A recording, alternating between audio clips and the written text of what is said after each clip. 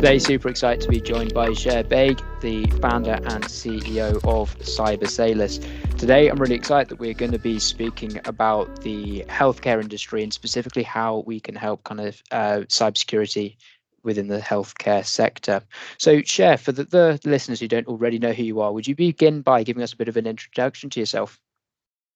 Yeah, sure. So first of all, David, nice to be here with you. Really appreciate it. This is fantastic. So thanks for having me on. And hello to everybody out there in the virtual world who might be watching this or listening into this. As David mentioned, my name is Sher Baig. I'm the founder and CEO of Cybersalus.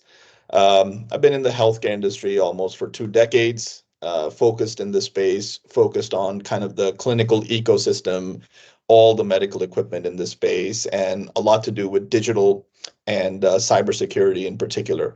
And Cybersalus is really a company that is focused on healthcare cybersecurity. So all things medical equipment, IoT, the overall clinical ecosystem. That's what we manage. That's what we support. So happy to be here today and talk to you all and to you, David, about kind of what's happening in our industry from a threat perspective, how the landscape has changed over the last few years, how healthcare is now, unfortunately, the most targeted industry out there, right? So looking forward to the conversation. Awesome. Well, look, once again, thanks for coming on. I'm really excited for this conversation. So, I guess key question from my perspective: why the healthcare sector? Why are you kind of focusing so much of your time and effort on the clinical ecosystem? Yeah, it's a good question. I mean, look, I was part of the healthcare industry, like I said, for the longest time. I used to be at GE Healthcare. Went through a lot of different roles in GE Healthcare. Went through their leadership program in the beginning. Loved the healthcare space because you really kind of find a little bit of the purpose and the reason behind what you do and kind of see how that impacts people. Like there's a tangible, relationship between what you're doing and how it positively can impact people out there. And that message really resonated with me at an early kind of part of my professional career. So that's why I really, really enjoyed working in the healthcare space. There was lots of opportunities over the years to go do some other things, which I'm sure would be fantastic, right? Um, but really working on a tool here or there or doing something different, I just couldn't replicate the passion that I think I had for this space. And then over the course of time at G Healthcare, I had fantastic opportunities. I, was in France for several years leading the EMEA organization from a commercialization perspective. I worked in several different countries for G Healthcare in several different areas, but all those areas mapped back to helping patients and improving kind of people's lives from that perspective, and that really hit home for me. And then when several years ago, when we were in cybersecurity and we started seeing what's happening in the industry, how things were changing, everything we used to be focused about a decade ago on the banking side of the house, right? Particularly in North America. And that's where a lot of the attention was from a risk and threat perspective. But as we started seeing how that shift took place in the industry and how it was actually having a direct impact on patients, patient safety, um, you know, that's where my passion was always to see what kind of value can I give back in our industry. And cybersecurity was where we were in. We saw the change happening, and that's been a big part of what we've been doing for the last several years. And then we spun off from G Healthcare and built a standalone cybersecurity company so that we could really hone in and focus on what we need to do to help health systems, hospitals, and ultimately patients globally. Mm. It's so nice to hear that kind of the human side and that passion, which obviously is very evident for, helping people as well. I think there's so many cool different industries out there, and I think being a cybersecurity recruiter, we're recruiting for incredible companies doing really cool things. And I speak to people day in day out who are very passionate about it. But I think having that kind of human element, like we all touch healthcare at some stage of our lives. Do you know what I mean? So it's no Right. one's not touched it. So I think the direct impact the work's having must be incredibly rewarding. Um, Yeah, David, sorry, just real quick. I gotta say, you have to be passionate in this space mm, because I'll mm, tell you this, cybersecurity is a dark space, right? This is not mm, it's not the kind where every day, you're going to work and it's mm, fantastic and it's all rainbows and sunshine, and then you come home and you're great and you meet the family and everything. mm, It's a dark space. It's not the most pleasant from the standpoint that you're always in a battle day in day out. But that's why for me and for the folks in that we hire or that we have in Cybersalus, the most important thing is, are you passionate about this? Because mm, mm, you got to be wired a certain way to be getting up mm, every morning and doing this. But that's where I think that connection with our North Star of knowing that, look, our work is important, it really helps people at the end of the mm, day. mm, That kind of helps. So that's why being passionate about this space is extremely critical if you want to be in it for the long term. mm. Yeah, absolutely. I think that insight into your values and the business is really interesting as well, because yeah, I think having that sort of passion, that's something to get up for in the morning. It's certainly not a 9 to 5, is it? No, no, it's not. I mean, it's an interesting one to try and explain to your family. Try to do that once in a while. What is it that you do again? Yeah, and it's not sci-fi, guys. It's actually pretty real. Mm, But yeah, but look, at the end of the day, we want to be in a position to help health systems, hospitals be able to do what they do best, which is serve patients, right? mm, And patient safety. That's what's most important. And if we can play a role in that, to me, I find that extremely rewarding, extremely fulfilling. And that's why if you see folks on our team, everybody's just we're almost half paranoid because we work at that certain mindset that, look, we have a huge responsibility in our shoulders. We need to be operating at a certain level. We need to be thinking about this, that, or the other. So, but yeah, I'm very happy that we're part of this fantastic industry. It has some great things. It has fantastic things, fantastic solutions. There's AI now making a big splash, but mm, unfortunately, when it's human nature, right? It's the history of the world. With the good comes the bad. mm, You can, back in the day, you could take a knife to cut a loaf of bread, or you could use it as a weapon. And mm. the same thing is happening in the digitized world as well, with AI and everything as well. So we take what we do very seriously, and we're proud to be in the position we are today. Amazing. And there's so much to unpack in this episode, which is great. But I guess to start things off, circling back to something you said earlier on in the very start of the podcast, you were saying how now the healthcare sector is the most targeted space. Mhm. Why is that? You know, think about it. So there's a few things. One, this is not an industry that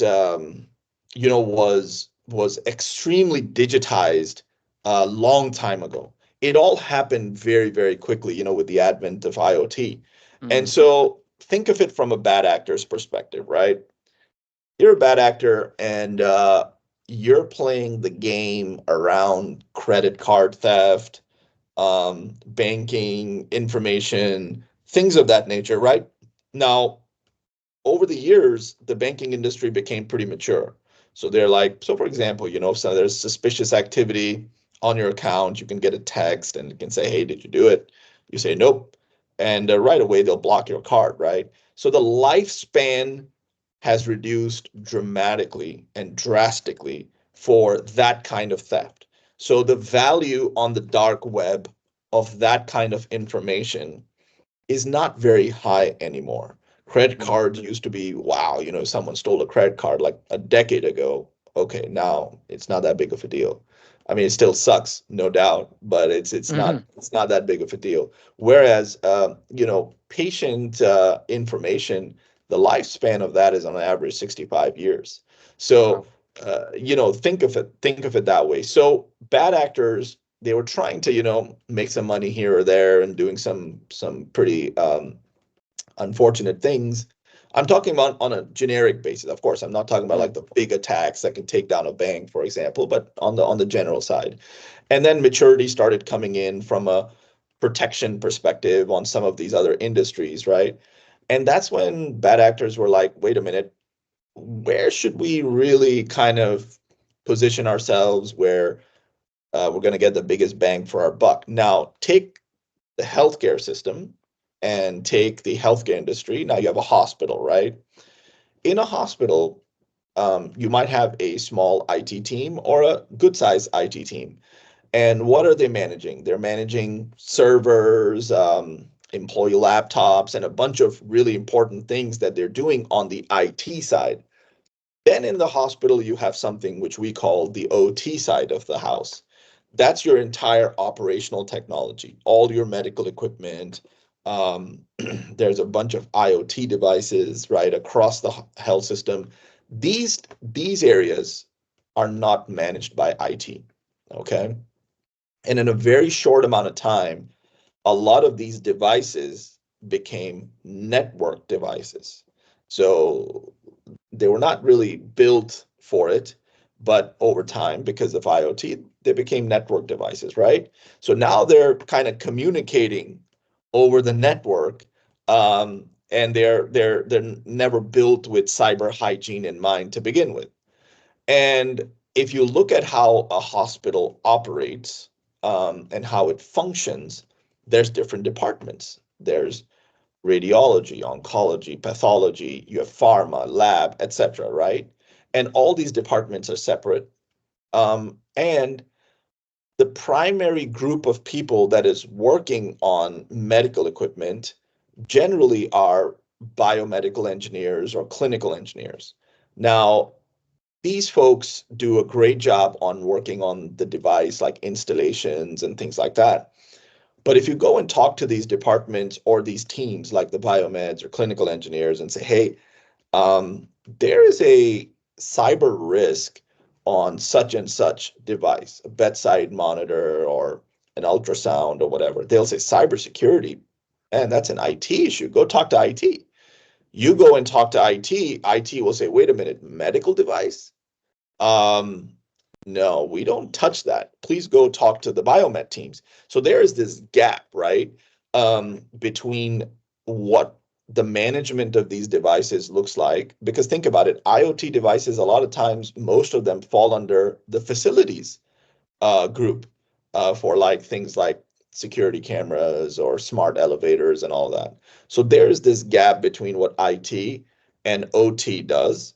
And the other thing is you can't, because of the nuances of these devices and this equipment, because they're regulated devices, highly sensitive, they're patient use. These devices are also devices that are managed by different departments. So there's no like across the enterprise view and management of these. And because of the nature of these devices, again, and the sensitivity of them, you can't necessarily take IT strategies and apply them. Uh, uh, ultrasound is completely different than a laptop. Okay, a PACS software is completely different than something else. So these are the reasons why there is this gap. And bad actors realized, wait a minute, it's actually pretty simple and easy for us to infiltrate, hold health systems to ransomware. You hear that every week, unfortunately, across the globe. It's the same issue, whether in Australia, Singapore, Germany, UK, US, Canada, it's the same. And it's easy for them to get in. They kind of can, encrypt devices, hold the health system, to kind of like a ransomware attack and other things as well, and exploit certain vulnerabilities that nobody's looking at and nobody knows what to do. And then they ask for, remuneration in the form of like Bitcoin or something like that. And the problem is then the health systems, they're all reactive, right? Because they don't know how to manage this. So now they're calling all the different OEMs. They're saying, hey, GE, Philips, Siemens is such and such device that I have impacted by this new, vulnerability, or this happened. What should I do? It's all reactive. And because of this gap, bad actors, they realize they can make a lot more, cause a lot more harm, a lot more risk, and it's much easier. And so that's why they kind of, pivoted towards health systems. They know it's not like a credit card that can, just be canceled. Um, Hospitals, health systems, they're dealing with patients. They can be concerned about getting sued. There can be legal action if they were found, that they were negligent, they didn't kind of do things proactively. And that's how bad actors have kind of shifted their focus a little bit. And they're having, unfortunately, a field day right now. And that's just the moment in time we're living in right now. Mm. And I guess the ramifications can probably be pretty devastating as well, particularly like both on the sort of the IT side and the OT side that you mentioned there. That I'm obviously by no means an expert, but if you're thinking about these kind of machines and certain things that might be like life support or keeping people who are critically ill, if there's sort of a downtime on either the IT or the OT side, it could really kind of wreak havoc, couldn't it, with patients? And I think that probably increased obviously the criticality of keeping these systems secure. Yeah, I mean, it's really unfortunate, but I think it was in 2020 or 2021, where in Dusseldorf, Germany, there was a patient who was critical, and he was headed over in the ambulance to the hospital. And because the OR there, was shut down because of a ransomware attack, they had to basically tell the ambulance, en route, to go to another hospital. And because of, unfortunately, the distance, the patient didn't survive. So it's very real, and the ramification and the impacts are very real, and they're this is not like your e-commerce site went down, so it sucks that you can't buy something for a few hours. This is pretty serious, and that really shook the industry when that happened, because it's a very unfortunate thing, right? But it shows you that, look, the OR was just down. There was nothing they could do, and so they had to divert patients. And here was, unfortunately, a critically ill, or I'm not sure what the situation was, obviously, but it was a very critical patient, and just didn't make it when they diverted them. So those are the issues, and they're, like you said, very dire, and very real. Mm. And as I mentioned just before jumping on this podcast, I was reading a report recently that was saying about the fines, and it's something I wasn't aware of, but it was the fines of negligence or not complying with HIPAA, for example, and how that maybe can make the healthcare sector a bit more kind of an attractive target for ransomware attacks. Can you talk a bit more about that? Like, what are these fines? No, there's a whole bunch of things, right? So a lot of times, unfortunately, what was happening was that attacks would happen, and then you could kind of, if you're running the hospital or the health system, you could kind of, use ignorance as an excuse as well, right? And you can say, hey, look, we didn't know, you know. But now I think there's a lot of work that's been happening around holding leadership teams accountable on making sure that they're trying to be proactive and implementing solutions or services or strategies that can really help. Not just saying that ignorance is, kind of an excuse anymore. Mm, I think there's now healthcare is part of the critical infrastructure that came under the Biden administration act that was passed, I think, towards the end of last year. And so all of these things in Europe, same thing, right? They're trying to um, put legislation in place, policy in place, where if something happens and there's an audit after, and it showed that there was just they knew that, hey, we had a bunch of legacy, thousands of legacy devices, nobody's monitoring them, we didn't do kind of anything about it. You can't just use that as an excuse anymore. So look, it's unfortunate. You never want to kind of have um, kind of somebody come down on you and slap your hand to kind of get you going. Um, Sometimes it might be needed, but I think really but from the health systems that we've been talking to and our customers and stuff, everybody's very concerned and very much wanting to do the right thing. And they're seeing right in the news every day, one of the other health systems got it breached or they went through it or something. So everybody's kind of very aware. Nobody's trying to, I think, in my opinion, candidly, I don't think anybody's trying to avoid trying to do the work. But it's a lot to do about what do we do? How do we solve this? What is it that we should be doing? Which is important, right? And unfortunately, it's one of those battles that CIOs and CISOs at hospitals are constantly fighting with the board about getting budgets and trying to. But I think there's so much happening now, and unfortunately, so many health systems are dealing with this. It's in the news every single day, almost, right? Or several times a week. That even the boards have now realized of a lot of these health systems that nope, it can't no longer it no longer can be like where you say it's this is the cost of doing cybersecurity, so what's the ROI? It's more about this has to be the cost of doing business. It Mm, has to be viewed that way. And I mm, think that change is happening. Um, and everybody wants to do the right thing. Everybody wants to do the right thing by their customers, their patients. They want to have good quality care that they can focus on. But I think a lot of these policies are coming into the mix, which are going to further, I think, empower some of the health systems in obtaining the budgets they need or uh, making it a priority on doing what they need to do on this in this space. mm. So it sounds like there needs to be a bit more of a shift towards security is being seen as a kind of necessity rather than luxury, and that being kind of factored in from a budgetary sort of standpoint. Then, Yeah. so I'm interested in understanding. Obviously, you mentioned already around kind of the OT side of things, like who's controlling it. It's not IT's responsibility, and maybe there's not the expertise from the admin or installer's perspective. What are the other kind of main challenges you see your clients or companies facing within the healthcare ecosystem or healthcare ecosystem?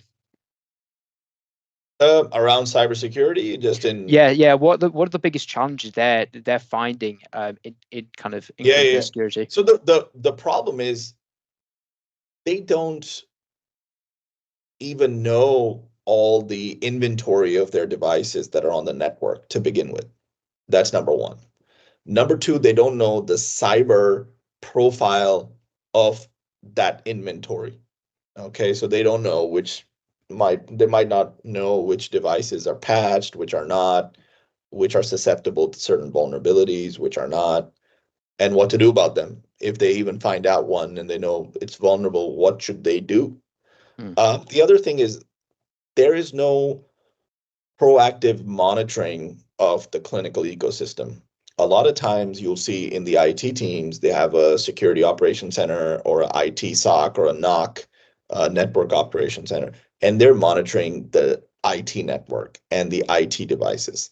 But clinical ecosystem monitoring and doing it at all times and watching that proactively, that doesn't happen either. So the problems that they're facing is that, but the biggest, I think, challenge is the following. Right now, globally, and you know this really well, there's a shortage of cybersecurity talent to begin with. Okay. Um, Cybersecurity is a fantastic industry right now. Lots of needs across the board, right? Whichever, whether you're in energy or any other industry vertical, cybersecurity talent is needed, and there's a global shortage of it. There's not enough of us cybersecurity folks out there to begin with. Now, take that And now even a tiny, tiny sliver of that are people who know cybersecurity but understand healthcare. That is very small. So the biggest challenge that a lot of our customers are facing is they don't have the personnel or the people who understand medical equipment, for example, the clinical ecosystem, the nuances that go into that, and understand its relevant cybersecurity. There is no college for this.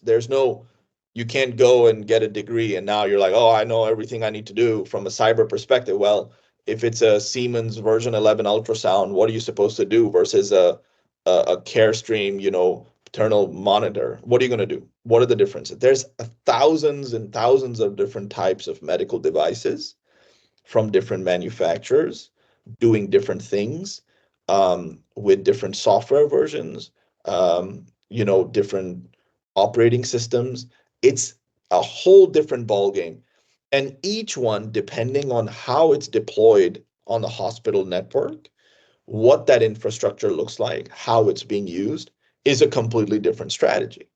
So the problem really is that people who have both that understanding of the medical equipment and the understanding of cybersecurity, there's a very tiny percentage of people that know that. And that's the biggest challenge because, like I said, people in a hospital who work on the medical equipment are biomeds. Biomeds are not technical IT people or cybersecurity people. They do installations and things of that nature and the upkeep of the devices, taking it offline, things like that. And then when you have the IT people, they don't necessarily know the nuances of all the different healthcare systems or healthcare IT systems, which are healthcare software. What do you do there? So that's like, I'll give you a quick small example. In IT, you can use brute force scanning. There are tools that you can just scan the network and it'll go talk to any device, IT device that's on the network. You can't do that in a clinical ecosystem because the medical devices were not built for it. So the problem is they can either reboot or they can shut down. You can knock them out of warranty from the manufacturer. And how do you know? You have to coordinate with each department if it's in use with a patient or not. There's just no way. So there's the gaps there. And that's the kind of problems that health systems are dealing with. But I'll say ultimately it's the talent of people who understand this space, but also are cybersecurity experts.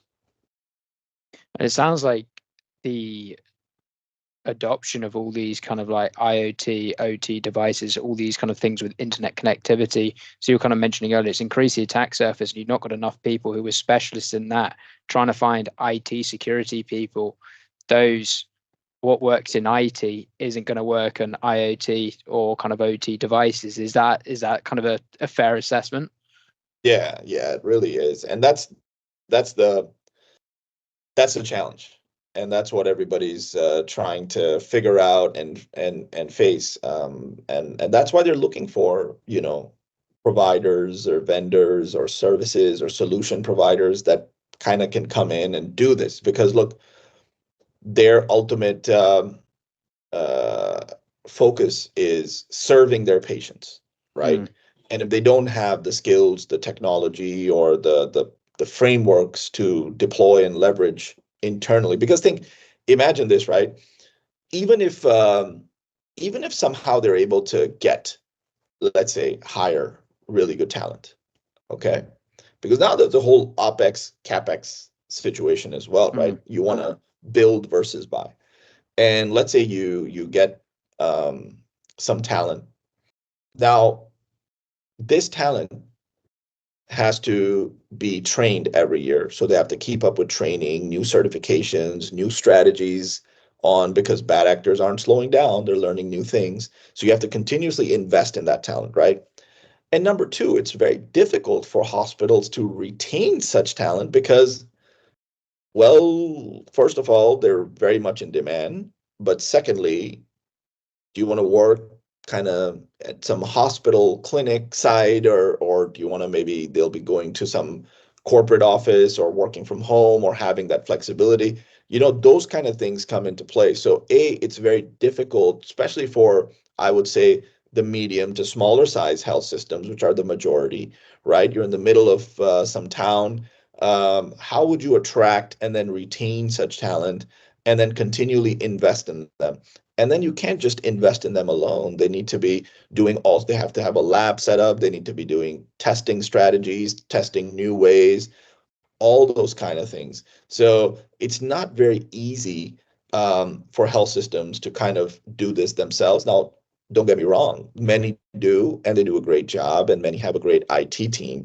But the IT team that's there might be doing more of the traditional IT work.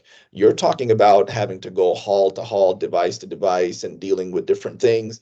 It's a bit of a different ball game, so it's very challenging for them to manage that space.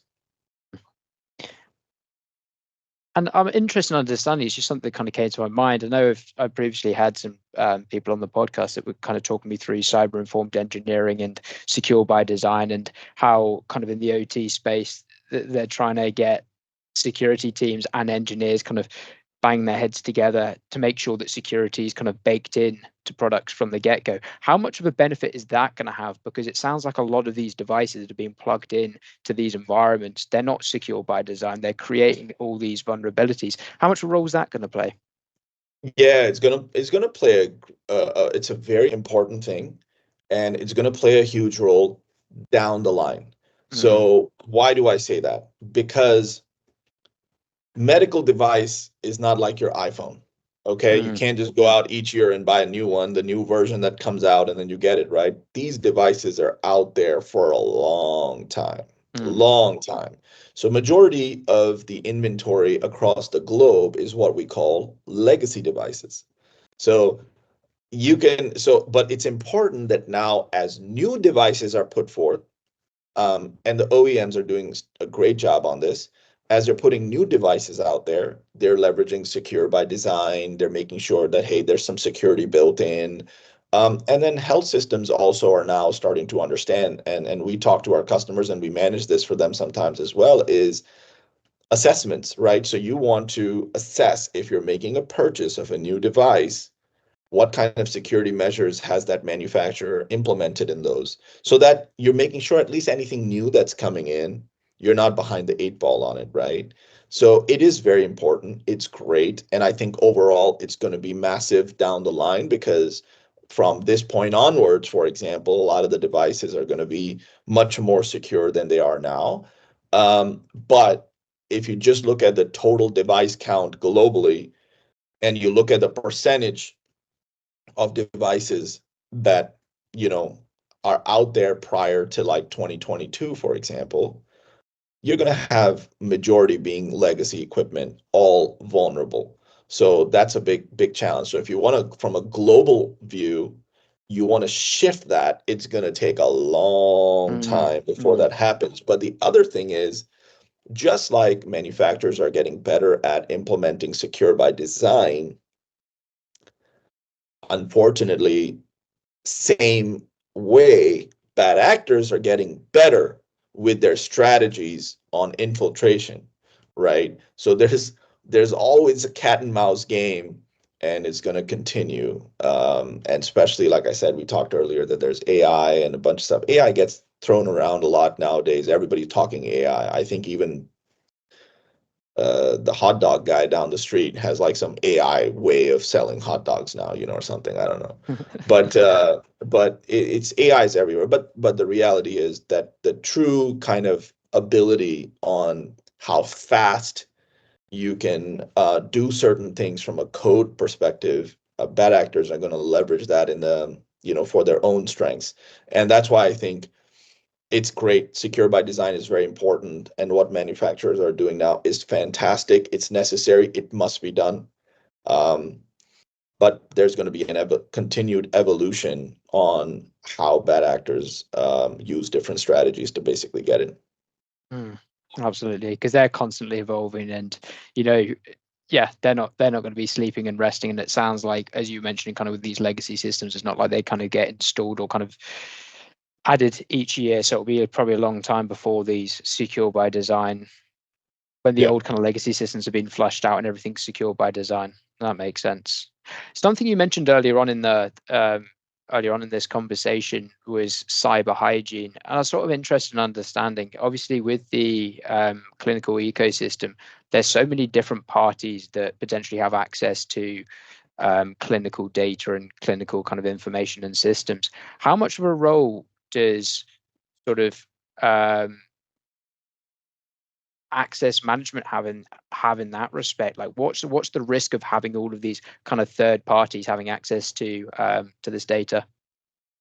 Yeah, it's a risk. And look, asset management, access management, vulnerability management, these are three very important areas that every health system CIO, CISO is actively managing. But I think now they're taking a much more of a, I should say, deliberate approach in reviewing, what kind of data is being sent where. And sometimes, unfortunately, it's needed, right? So there are certain devices where they need to communicate back with the manufacturer's cloud to send some updates and things like that.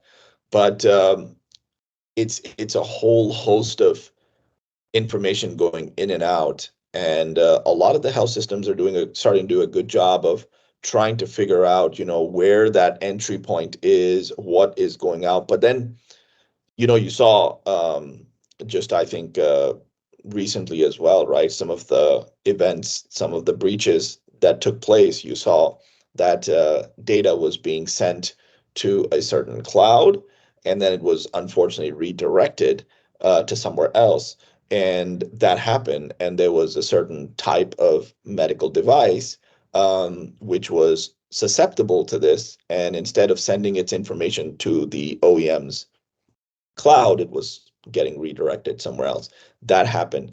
Not just that, but the other thing was like the IoT side is very important as well, because there was these smart connecting systems that basically were on the same periphery as the nurse calling system. And so they got information from that. So you can see how things can hop as well. And that was sent out, out to somewhere else as well, information wise. So yes, there is a lot of information going in and out. A lot of it is sometimes necessary as well. But that's why you can't always just shut things down, right? We can't go back to like the Stone Ages and just take everything offline. That is why you need to be proactive. You need to be doing the monitoring. You need to be understanding the risk, which is of what, which device, where, what is it sending, how is it talking, what is the plan of action for each, so that you can at least try to put in guardrails where necessary, or have somebody watching it, or killing the feed if it's not necessary at all as well, because there's tons of devices we see all the time that are just communicating to the ether out there, and there's no need for that, right? So that's vulnerability. That's a vulnerable device. So those are some things you have to do. But yes, access management, asset management, vulnerability management are key areas to manage the risk in the space. It sounds like there are kind of threats from all different directions. And you mentioned earlier about the kind of the disconnect between the IT teams and the people that are maybe managing the OT systems who don't have the required cyber expertise. How important, I wonder, is it, that everyone kind of gets? How much is it a collective responsibility, or how much is it, the responsibility of companies like yours to go in, be the experts, be those subject matter experts, go and secure everything? Or do we need to kind of level up everyone and everyone within these medical facilities to have, Mhm. some cybersecurity knowledge? Yeah, I mean, look, in a perfect world, that would be the best case scenario, that everybody's super savvy, knows all of it, knows what to do. The reality is just not that, right? Um, Everybody has got a ton on their plate already. And if it's not exactly their job, it's difficult to kind of say, hey, let me kind of step back and invest certain amount of hours each month in getting really good at something that's not my role, for example, right? But at the same time, I know just look at some of the data around phishing. So phishing is one of the highest ways for bad actors to get in, and every place now almost has some sort of a phishing awareness thing for their employees, right? Like, hey, don't open this, or if it comes from a strange place, do this and that, right? Yet, if you still look, there's still, when they conduct like those tests, still a ton of people fail in those tests, right? Because it is what it is, unfortunately, but it's getting better. And yes, it is a collective responsibility. It's a team sport. It's not like, hey, this one individual and that's he or she's got to manage all of this. It's got to be a team sport. So, for example, when we work with our customers, um, we're literally kind of the glue in the middle, bringing everybody together. We're bringing the different departments in, the IT, the biomed, because it has to be a collective on how you solve it ultimately, right? Mm. And that's important, and that's the right way. And you're absolutely right on that front.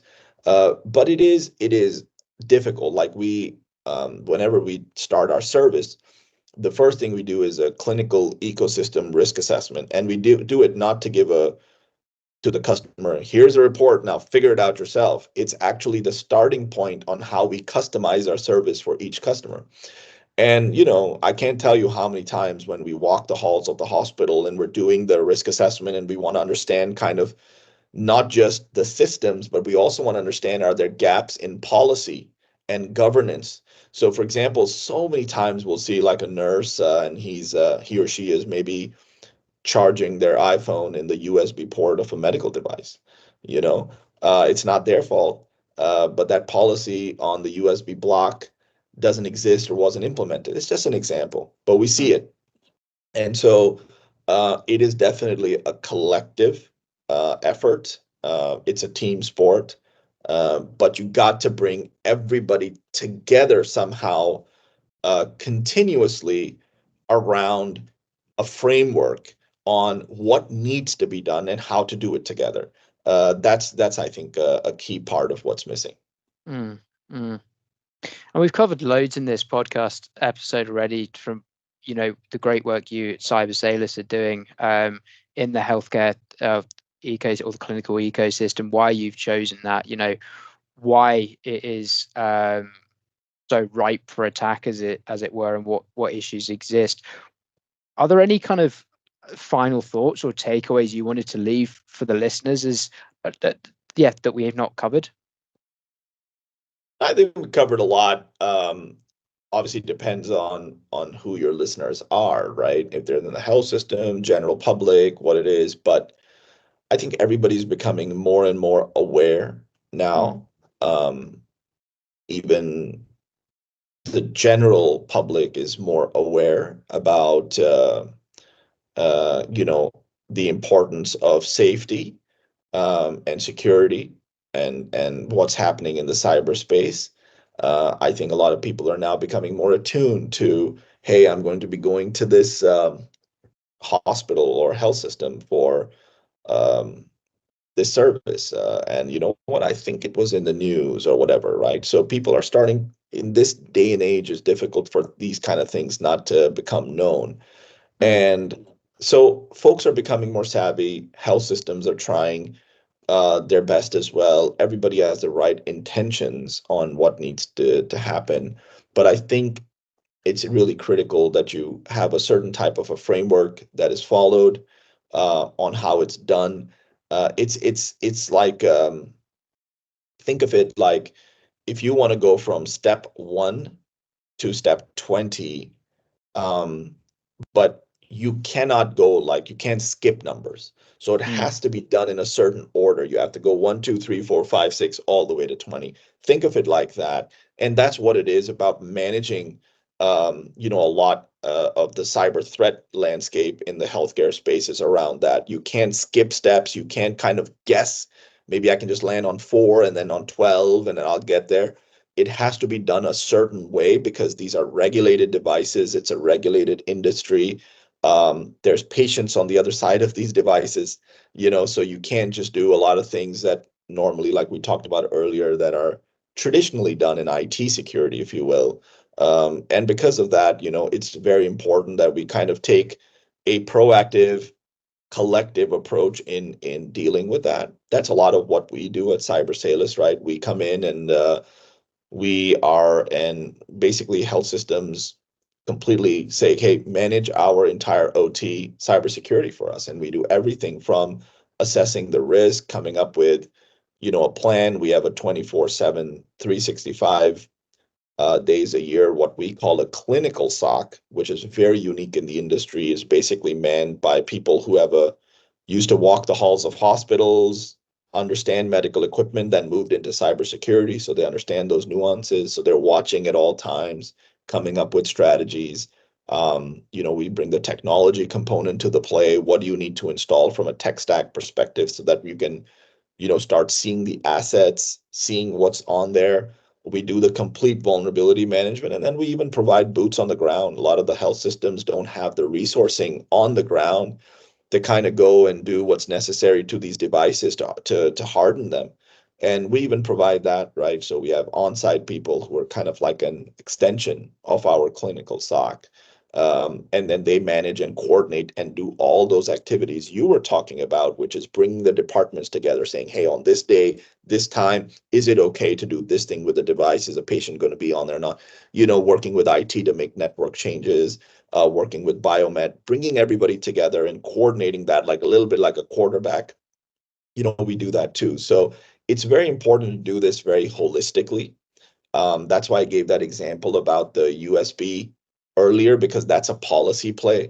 So you can be looking at this side, but if this side is not taken care of, there'll still be infiltration. And so we want to look at everything from a 360 perspective. And you have to. That's the only way to do this the right way, and that's what we're doing. But this is unfortunately an issue that's not slowing down. It's only going to grow. And the more people in general start to just become a little bit savvier about cybersecurity for their own personal information as well, I think the better. But unfortunately, this is only going to be a growing threat. And unfortunately, this is for health systems. It's now become like it's not a matter of if, but a matter of when something happens, if you just look at it statistically. So that's just the nature of the times we live in right now, unfortunately. Yeah, brilliant. I think when you're looking at having a holistic security plan as well, that's where you really get benefit of consulting with the experts, because otherwise you're going to be left scrambling, trying to boil the ocean, as it were, trying to do everything all at once. Whereas I guess kind of consulting with experts, being able to sort of break it down into manageable steps and provide a clear kind of pathway, clear framework as to how to achieve that holistic compliance, that holistic security. That's, I guess, Yeah, the that's value very that you important. guys can add. That's very important, because think about it, right? Technology is evolving every year as well. So we are investing in always looking at new tech, coming up with new solutions, coming up with new tech ourselves as well. Hospitals don't necessarily are in the business of doing that constantly. And then the other thing is our customers. One of the great things about what we do is our customers benefit from our other customers. Because when we go to a customer and we look at their inventory, we've probably already solved vulnerabilities on a number of those devices elsewhere. So we can proactively apply those solutions. But not just that, when there's a vulnerability that comes out, we proactively look at the devices it impacts across all our customers, so that it can be something that can be applied right away. So, those are the kind of things that customers do benefit from. But yes, to your point, the right framework is very important, and that's what's needed in order to really make the right decisions at the right time. That's very critical. Great. Well, I think what I'll do when this this podcast does air, we'll get your details in the kind of show notes. And I think those who are interested in reaching out, finding a little bit more about what you guys do, obviously can reach out. But it's been an absolute pleasure. I've really enjoyed our conversation, Sher, and I hope that our listeners have gained some sort of value. I certainly have from this conversation. No, thanks for having me. It's always a pleasure talking about this. I can tell you, nobody in my family wants to talk about this stuff. So, so I'm happy to talk. I'm just kidding, but it's like I said, this is just like-minded folks are really interested in this kind of stuff. So it was a pleasure to be here to talk to you today. And yeah, for anybody who's interested, feel free to reach out and we'll be happy to share further thoughts. Perfect. Thanks again, Sher. Thanks. Have a good one.